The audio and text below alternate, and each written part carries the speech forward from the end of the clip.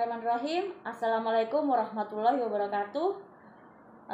Saya Rofilita di sini hadir kembali di depan sahabat-sahabat perempuan di segmen perempuan mendukung perempuan yang alhamdulillah sampai dengan tayang hari ini kami tetap konsisten berada di garis perjuangan terkait perempuan dan anak di Republik ini. Izinkan saya mengaturkan puji syukur kehadirat Allah Subhanahu wa taala karena atas rahmatnya saya diberi kesehatan, diberi kesempatan sehingga dapat menyapa sahabat-sahabat perempuan meskipun secara virtual.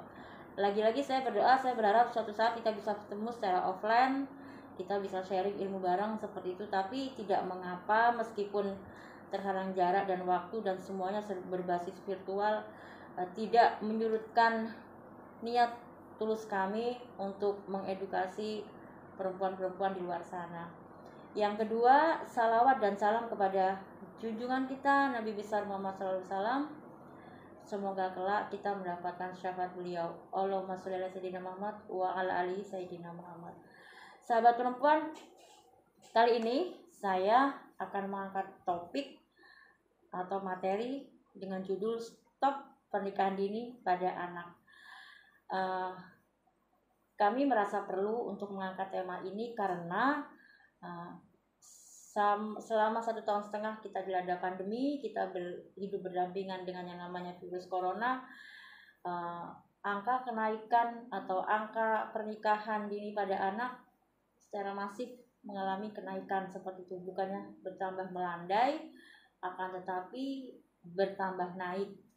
Bisa jadi pandemi salah satu faktor penyumbang tingginya angka pernikahan dini pada anak seperti itu. Meskipun ada banyak faktor yang menyebabkan pernikahan dini pada anak, di antaranya faktor agama, sosial, budaya, kebiasaan masyarakat seperti itu. Kita tahu di Indonesia ada berbagai macam suku bangsa, ras dan sebagainya. Di antara suku-suku itu, ketika seorang anak perempuan menginjak usia 12 tahun, itu keluarganya si anak ini sudah warning atau sudah bingung mencarikan jodoh buat anaknya, sehingga terjadilah pernikahan dini dan itu disupport oleh lingkungan di sekitarnya. Belum lagi minimnya akses pendidikan, belum lagi jeratan perekonomian yang semakin sulit. Banyak faktor yang menyebabkan itu sebagai pemicu adanya pernikahan dini pada anak. Saya feedback ke belakang bahwa menurut data statistik di Indonesia mengatakan bahwa 1 di antara 4 anak perempuan Indonesia yang berusia 12-14 tahun mengalami pernikahan dini atau melakukan pernikahan dini. Yang kedua, Indonesia adalah negara dengan nomor urut 2 se-Asia Tenggara untuk pernikahan dini pada anak. Artinya apa? Memang harusnya semakin sini angka pernikahan dini itu semakin melandai, akan tetapi tidak, dia masif terus merangkak. Faktornya seperti yang saya sebutkan seperti itu. Ya, ada beberapa yang tadi saya sebutkan, diantaranya akses pendidikan yang minimal lah, atau angka kemiskinan, support tradisi, budaya dan sebagainya. Meskipun pemerintah sudah bekerja keras mengeluarkan energi sedemikian rupa sehingga terbitlah Undang-Undang Nomor 16 Tahun 2009 yang mengatakan bahwa salah satu syarat yang ada di undang-undang tersebut adalah batas minimal untuk calon mempelai putri adalah usia 19 tahun, boleh dinikahkan. Kalau di bawah itu tidak boleh seperti itu. Meskipun demikian, dengan adanya regulasi seperti itu, ya lagi-lagi saya bilang di awal bahwa harusnya dengan adanya perangkat undang-undang seperti itu harusnya semakin melandai ya, tapi tidak, semakin tinggi angka pernikahan ini pada anak.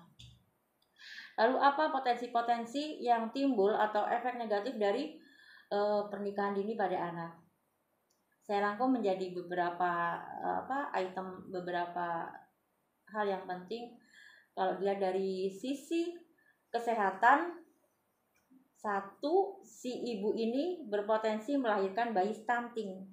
Kita tahu angka bayi stunting di Indonesia ini masih tinggi sekali.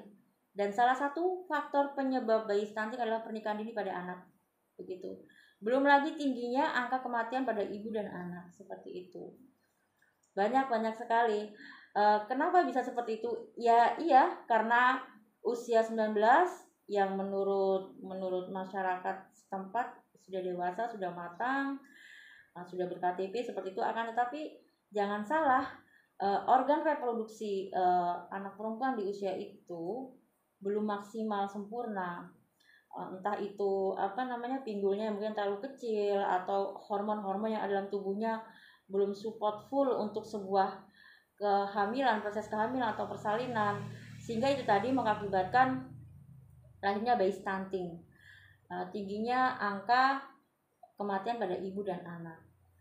Kalau dari sisi sosial, ekonomi, banyak sekali. Di antaranya banyak anak putus sekolah. Belum lagi adanya percekcokan dalam rumah tangga tersebut. Bagaimana tidak cekcok ketika sebuah lembaga perkawinan dilakukan oleh anak yang masih di bawah, bagi saya umur 19 itu di bawah umur. Karena umur 19 itu lagi liar-liarnya berimajinasi, berekspresi, lagi mencari jati diri. Akan tetapi di sini dihadapkan pada sebuah lembaga perkawinan. Kadang mereka nggak tahu bagaimana harus memanage atau mentreatment sebuah keluarga. Belum lagi si ayah ini atau kepala keluarga di usia seperti itu belum settle secara ekonomi, sehingga terjadilah miskomunikasi, pertengkaran dan sebagainya. Itu kenapa saya bilang di mana ada angka pada pernikahan dini pada anak, di situ juga ada angka pada perceraian di usia muda. Jadi berbanding lurus, semakin tinggi angka pernikahan dini pada anak, automatically semakin tinggi pula angka perceraian di usia muda. Jadi sayang sekali kalau sebuah lembaga perkawinan yang harusnya suci dan sakral seperti itu, yang tujuannya adalah untuk membentuk sebuah keluarga yang nantinya akan melahirkan generasi bangsa yang akan meneruskan perjuangan kita, tetapi di tengah perjalanan nggak sampai hitungan tahun harus berhenti karena adanya miskomunikasi itu tadi. Terus belum lagi keterbelakangan ekonomi dan sebagainya. Banyaklah complicated banget jika sebuah lembaga perkawinan dilakukan oleh anak muda yang notabene mereka seharusnya mereka itu lagi senang-senangnya bermimpi, lagi senang-senangnya merajut asa, akan tetapi dihadapkan pada bahwa kehidupan pernikahan tuh berat banget jika harus dilakukan di usia seperti itu. Lalu sebagai seorang perempuan, sebagai seorang ibu, sebagai seorang masyarakat seperti itu, lalu apa yang bisa kita lakukan agar pernikahan dini ini bisa turun angkanya, bisa landai seperti itu? Saya merangkumnya menjadi 5 poin penting aja ya yang bisa kita lakukan sebagai seorang individu, sebagai seorang perempuan, misalnya sebagai seorang ibu. Satu diantaranya, berikanlah pengetahuan agama yang dalam pada anak, kayak begitu, dampingi anak dengan pengetahuan agama yang maksimal. Terus yang kedua, peran orang tua. Peran orang tua di sini diantaranya pendampingan, komunikasi dan support terhadap aktivitas anak. Dampingi anak-anak kita, ajak bicara, ajak komunikasi, sehingga pikirannya itu bisa berwawasan luas, bisa mempunyai wacana yang complicated seperti itu. Yang ketiga, awasi dengan siapa anak-anak kita bergaul. Jika anak-anak kita berpotensi memasuki pergaulan yang negatif, segera angkat, segera tarik. Kita ajak ngomong bareng-bareng. Posisikan diri kita sebagai sahabatnya mereka, sebagai kakak, adik. Jangan terburu-buru untuk menjudge, jangan terburu-buru untuk menggurui, akan tetapi rangkulah mereka, ajaklah mereka bicara dari ke hati ke hati jika kita mengetahui anak kita sudah masuk ke dalam lingkungan pergaulan yang salah. Lalu yang keempat adalah, saya bilang seperti materi saya yang beberapa minggu yang lalu, bahwa penggunaan gadget itu tadi, marilah kita perhatikan agar anak-anak kita itu bisa menggunakan gadget dengan bijak. sehingga memanfaatkan gadget dengan baik. Sekali kita nimbrung ada di sampingnya mereka, melihat apa yang dibuka anak-anak kita, dengan siapa mereka berteman di medsos. Lagi-lagi saya bilang faktor komunikasi ya antara orang tua dan anak seperti itu. Lalu yang terakhir adalah gunakan waktu anak seproduktif mungkin. Maksimalkan quality time keluarga dengan anak, entah itu bapaknya, ibunya, seperti itu. Manfaatkan kebersamaan itu untuk komunikasi dengan anak. Sebenarnya simple untuk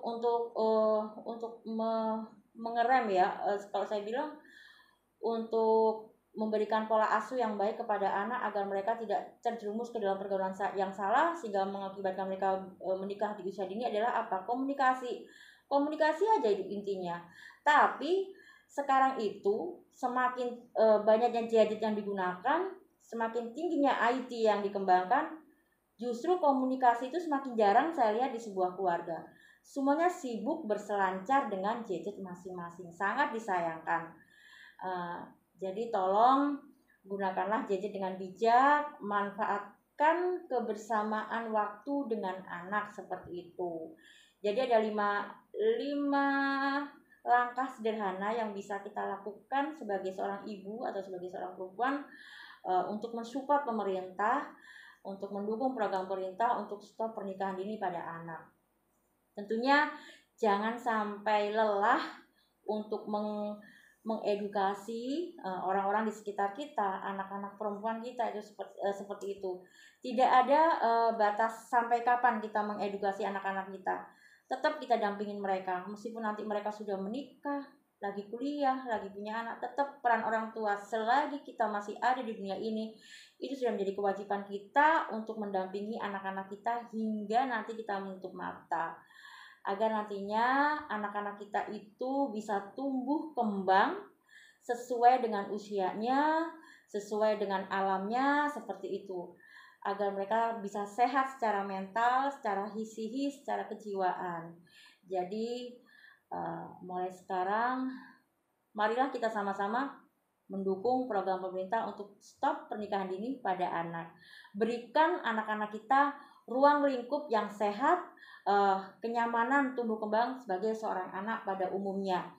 Biar bagaimanapun, ingatlah bahwa muara dari semua itu, anak kita tidak minta loh untuk dilahirkan, tetapi kita yang meminta anak kepada Allah. Seperti itu. Jangan salahkan anak kalau sampai mereka salah langkah atau salah apapun itu. Tapi salahkan diri kita. Berkacalah, sudah maksimalkah kita pendampingan kepada anak-anak kita? Biar bagaimanapun, sehebat apapun seorang ibu, entah itu dia berkarir ataupun stay di rumah, karir tertinggi seorang ibu adalah pada anak. Anak adalah penerus perjuangan kita. Kepada generasi bangsa kita meminjam negeri ini. Jadi tolong mari bersama-sama kita bergandengan tangan, entah panjenengan sebagai seorang ibu rumah tangga atau seorang wanita karir atau seorang organisatoris, aktivis atau apapun gitu, kita bersama bergandengan tangan untuk ayolah kita jaga anak-anak kita dari pengaruh-pengaruh buruk seperti itu. Semoga kedepannya tidak ada lagi cerita anak yang hamil, hamil di luar nikah, sehingga harus terpaksa berhenti sekolahnya dan harus melakukan pernikahan di usia dini. Belum lagi nanti ada ibu dan anak yang pada saat melahirkan si ibu meninggal, bayi nggak bisa diselamatkan. Udah nggak ada lagi cita-cita yang kayak begitu. Beri ruang dan waktu juga gerak yang nyaman buat anak-anak kita untuk tumbuh kembang seperti itu. Oke sahabat perempuan, mungkin itu dulu yang bisa saya sampaikan karena keterbatasan waktu ya. Saya berharap lagi-lagi suatu saat saya bisa bertemu dengan panjenengan semua secara offline, kita bisa belajar bareng, kita bisa diskusi bareng. Ada 2 arah komunikasi seperti itu. Mungkin selama saya menyampaikan materi ini ada salah-salah kata atau sikap, mohon dimaafkan karena biar bagaimanapun manusia adalah gudang kesalahan, sedangkan kesempurnaan hanyalah milik Allah semata. Saya Rofilita di sini, perempuan mendukung perempuan. Wabillahi taufiq wal hidayah. Wassalamualaikum warahmatullahi wabarakatuh.